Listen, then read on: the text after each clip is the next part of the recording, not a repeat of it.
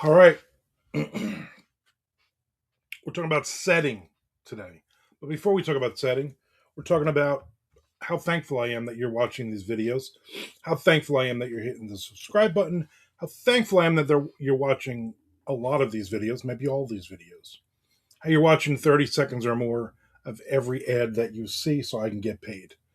All those things. Thank you. How I pick settings for my stories, you know, once again, it depends on the story, but it also depends on the write what you know type of thing. So, for those who don't know, I grew up in New Jersey. I was born in Newark, New Jersey, and then I grew up in Monmouth County, Middletown Township, a little fishing village called Belford in Middletown. And Middletown is cut off by Route 36. Okay, and so I grew up on what's called the dry side. And on the other side, the east side of Route 36 is called, surprisingly enough, the wet side. That's down to the docks and the beach and all that. A lot of my friends grew up on the other side, and one of the things is we call them crickers. It's a little New Jersey thing, and so a lot of my stories are set, maybe not specifically in Belford, although I did do a series called Belford Stories. A lot of my stuff is set in New Jersey. That's where I grew up. I've been in Florida since 2001. A lot of those years were spent in and around Ormond Beach, which is just north of Daytona Beach, Palm Coast, which is just north of Ormond Beach, that area. I've been now in Jacksonville since 2013. So about half the time I've been living in Florida, I've been up here in Jacksonville, up in North Florida, 20 minutes from the Georgia border, not the Jersey border, the Georgia border. I'm keeping that in. And so a lot of my stories have been set in Florida, which makes sense as well. And then I've done a lot of traveling. Back in the 90s, I managed a death metal band or two, actually about four altogether, maybe five. Did a lot of traveling up and down the East Coast. I've been to, I don't know, I've never counted, but at least 30 different states, maybe more. Not more than 50 states, though, I know that. And I have seen a lot of different places. In the 90s, I went to Europe for 2 weeks and got to see a lot of different cities there, which were neat. Got to go to London, got to go to Norway, got to go to Germany, got to go to, I think we went to Switzerland, I don't know, all over the place. Ireland, Scotland, and Wales. Did a bunch of shows there. Most of seeing Europe was driving during the day in a van, sitting in the back of a van, looking out the back window and seeing the countryside or the cities. And then at night, we would be inside of a club playing a show, leaving before the sun came up and driving to the next event. So I didn't see a ton of Europe. I'm going to be honest with you. There was a couple of days off, and those days off, the record label gave us a hotel room, and we basically all just slept all day. So I would like to say, oh, I saw the Eiffel Tower, or I saw this or that, I saw the Grand Canyon in Germany. None of those things happened. But I got to get a little bit of a taste, you know what I'm saying? A taste of things, groupies, stuff like that. And so I remember some of those things. I remember driving to Chicago. I remember driving to Texas. I remember the long drive to a place in Utah. I remember, all these things, all the southern states, all the northeast states. Driving up to somewhere near Detroit, in Ohio and Illinois, and it's 4 feet of snow on the ground, and we're playing a club for, we're making like $500, $1,500 or something. But I remember all those things. I remember meeting people, and I remember all that. I also remember, unfortunately, having a retail management job for many, many years, and meeting people from different parts of the country as well, tourists and stuff. It's Florida. People come down here. One of the stores that I managed was close to the Daytona Speedway. So a lot of people would come from, not even just from out of town, but from overseas to see the NASCAR races. Not a fan, but it was cool to see all these different people. So setting plays a big part. If I'm writing a story, if I'm writing a Southern Gothic story, a lot of those, the last couple of books I've written, and a couple of the books that I will be writing, are set in Georgia. Okay. Been to Georgia a ton of times. My wife goes once a month for work. She goes to Atlanta. So she drives up 5-6 hours. She goes to Atlanta. We've vacationed all over Atlanta. We've vacationed in Alabama. We've gone to like Birmingham to see a baseball game. We've gone up to, was it Franklin, North Carolina, up in the mountains for my 50th birthday. Me and fellow birthday person Chuck Buddha. He's born. I'm born on November 21st. He's born on the 23rd, and we both turned 50 in that year. So we went up, the wives and me and Chuck. And I wrote part of one of the Dirty Deeds books is in a remote mountain cabin in North Carolina, based on that. There was also a woman at the liquor store we met. Her name was Tater. I don't know if that's her real name. Could be. Who knows? She was in one of the books as well. A lot of those things, like for instance, my Down and Dirty series. Okay, so they're, Marissa and Xavier are chasing serial killers all over the country. And except for Alaska, I've never been to Alaska, but I've watched enough shows and I've done enough research. I faked it. Book 6 was set in Alaska. The other ones were set in Tampa, Florida. Been to a bunch of times. Boston, been to a bunch of times. Nashville, been to 2-3 times. So various places that I've been to. Same with the Dirty Deeds series. One book is set in Philadelphia. Well, I've been there before. Been there many a time. Many a time to go to a Phillies game or go to an Eagles game when I lived in New Jersey, or to go get a cheesesteak at various places. A book set in New Orleans. So there's a lot of places that I've visited, a lot of places that I have soaked it in, done some research, try to get the feel for a place. You know what I mean? And a vacation is a vacation, but as a writer, you're listening to conversations, you're listening to things happening. Okay. Anytime I go to, like, say, upstate New York, or I'm anywhere in Pennsylvania, whatever, where I'm constantly listening, constantly figuring out unique things about the area, whether it's food, whether it's certain things, whether, a big one is whether you say soda or pop or Coke, whatever, when you're talking about having something to drink. So all those things are part of that, and it's part of setting. Okay, I've told this story before. I'm going to tell it again.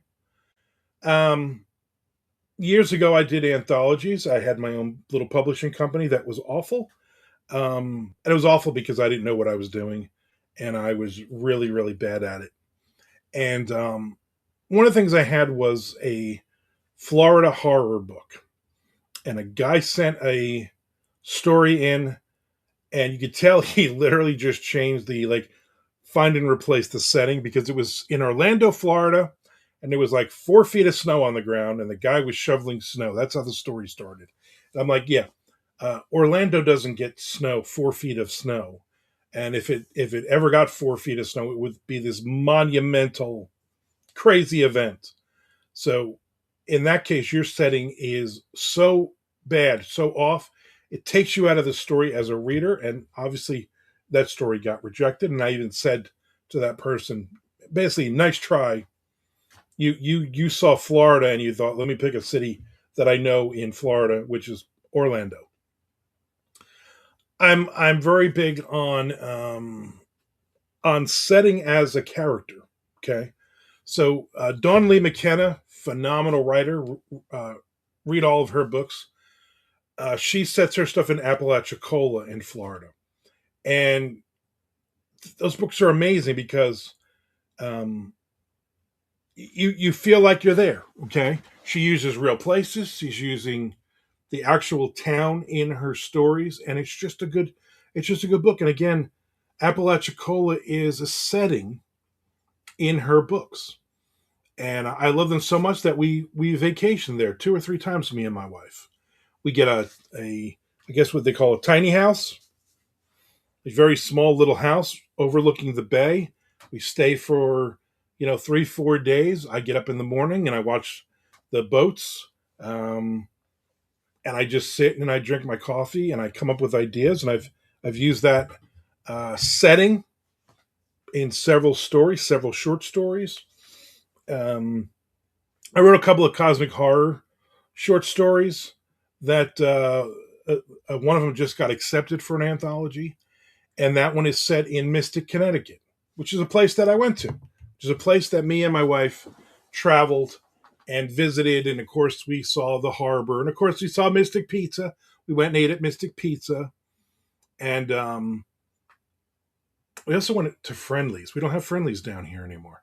And growing up in New Jersey, we would always go to Friendlies for the Reese's peanut butter cup ice cream, Reese's Pieces Sunday ice cream, the big one, delicious. So those things go into my stories. Those settings go into my stories. You know, um, a lot of Boston will go into those stories. A lot of New Jersey, a lot of New York, a lot of different things. There was a club back in the day in New York City called the Limelight. It was an old church, and it was a rock club. And I've gone several times back in the day when it was open, and it was you didn't know if you were going to get stabbed with a needle, or someone was going to slip a Mickey in your drink, or you were going to have sex with some crazy random person on a catwalk. It was insane going to this. Looking back now at 56 years old, I'm like, why did I even go to that place? It was so dangerous. But those are the things that you did, that the setting of that, I've used that, the story Creeping Death that I wrote many, many years ago, probably 20 years ago, maybe. Still one of my favorite stories I've ever written. That is set in the Limelight, in that place. I've had Lemoore, the Rock Club of Brooklyn. I've had that setting because I've been there. I've had Brooklyn a lot of times because the characters go to get mini bagels at a place at 3 o'clock in the morning in Brooklyn. I mean, those are the cool things that I lived, and they become a setting. They become a place. Down here in Florida, we don't have diners. In New Jersey, every other corner has a diner or a bar. So a lot of times, those are going to be the diner is going to be a setting in the story.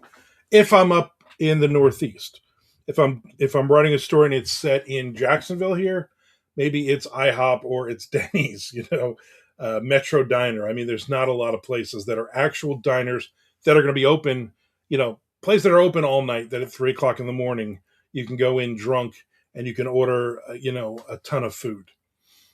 First time we ever went to New Jersey, we did book signings. My wife had never been up there. And we went to a diner, and, the menu is like this thick.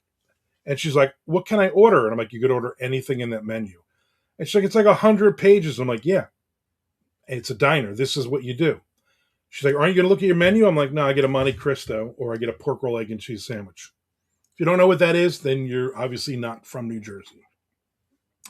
And so, these are the things that it play an important part. Now, there's some stories that I write where I'm just like, it's an unnamed city. The city really doesn't mean anything. I don't need to do, write something from the, if I'm writing something specific, 1974, 1975, and I want it to be a murder on 42nd Street or something. Well, yeah, because that was back in that heyday, all the porn shops, all of the bad things going on. If that's part of the story, yeah. Otherwise, I'm not even mentioning a setting. I'm not mentioning what city they're in. We're reading a crime thriller story, and obviously it's set in a city. And I want the reader to take ownership of that. I want the reader to go, oh, this is my Chicago. This is my Dallas. This is my Los Angeles, whatever. I try to be as unspecific as possible on purpose in those stories. But there's a lot of times that the setting will dictate, for me, where I am. Like, again, the Limelight. Like, again, concerts at Giant Stadium, different things like that. Characters are in Tampa. So what restaurants have I ever been to in Tampa? What places? What bridges are you as the characters crossing? That kind of thing. We're on the Gulf of Mexico. Where are they on a map kind of thing? And I think that's important because it adds reality to your story. I'm not writing fantasy stories. I'm not writing future sci-fi stories. I'm writing horror, crime thriller kinds of stories. So you want to be as vague or as precise as possible. Okay. When I wrote the book King of the Mountain, which will hopefully see the light of day in the next couple of years, I made up Cooper Mountain in Georgia. And I talk about Atlanta. I talk about one character talking about Atlanta, but otherwise you don't know where exactly in Georgia this is. And I did that on purpose. I wanted it to be a kind of a town in the middle of nowhere because of the things that are happening in that town. I didn't want to do it I didn't want to do it in Atlanta. I didn't want to do it in a city maybe that I didn't want to do it in Athens. I didn't want to do it in Rome. I didn't want to do it in Valdosta, whatever. I wanted to have my own town. And I actually purposely don't name the town. The only landmark is Cooper Mountain. So that is equally important for me as a writer to know that we're not doing that. The book that I'm writing now is set somewhere near Jacksonville, Florida, but it's not in Jacksonville. Okay. It's a town close enough that characters can go to Jacksonville and go to legitimate actual places in Jacksonville, whether it's somewhere to get some food, whether it's they're on a specific road, they went to whatever road, they went to the Dunkin' there, whatever. Those are there, but I didn't want to set it in Jacksonville for my own reasons. It's a supernatural, it's a horror thriller. And one of the things is the cops are really stupid in this. Not stupid like they do things that make no sense, but stupid that they don't really get what's happening until it's too late. They don't put the pieces together. The couple of officers and detectives in this, and I didn't want to do that because Jacksonville has its own thing. You got to be aware when you're doing that. Jacksonville is the biggest landmass city in the contiguous 48. Okay, only Anchorage, Alaska is bigger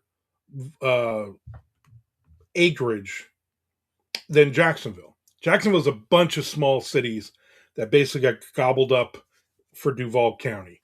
So, their sheriff's office, JSO, is massive.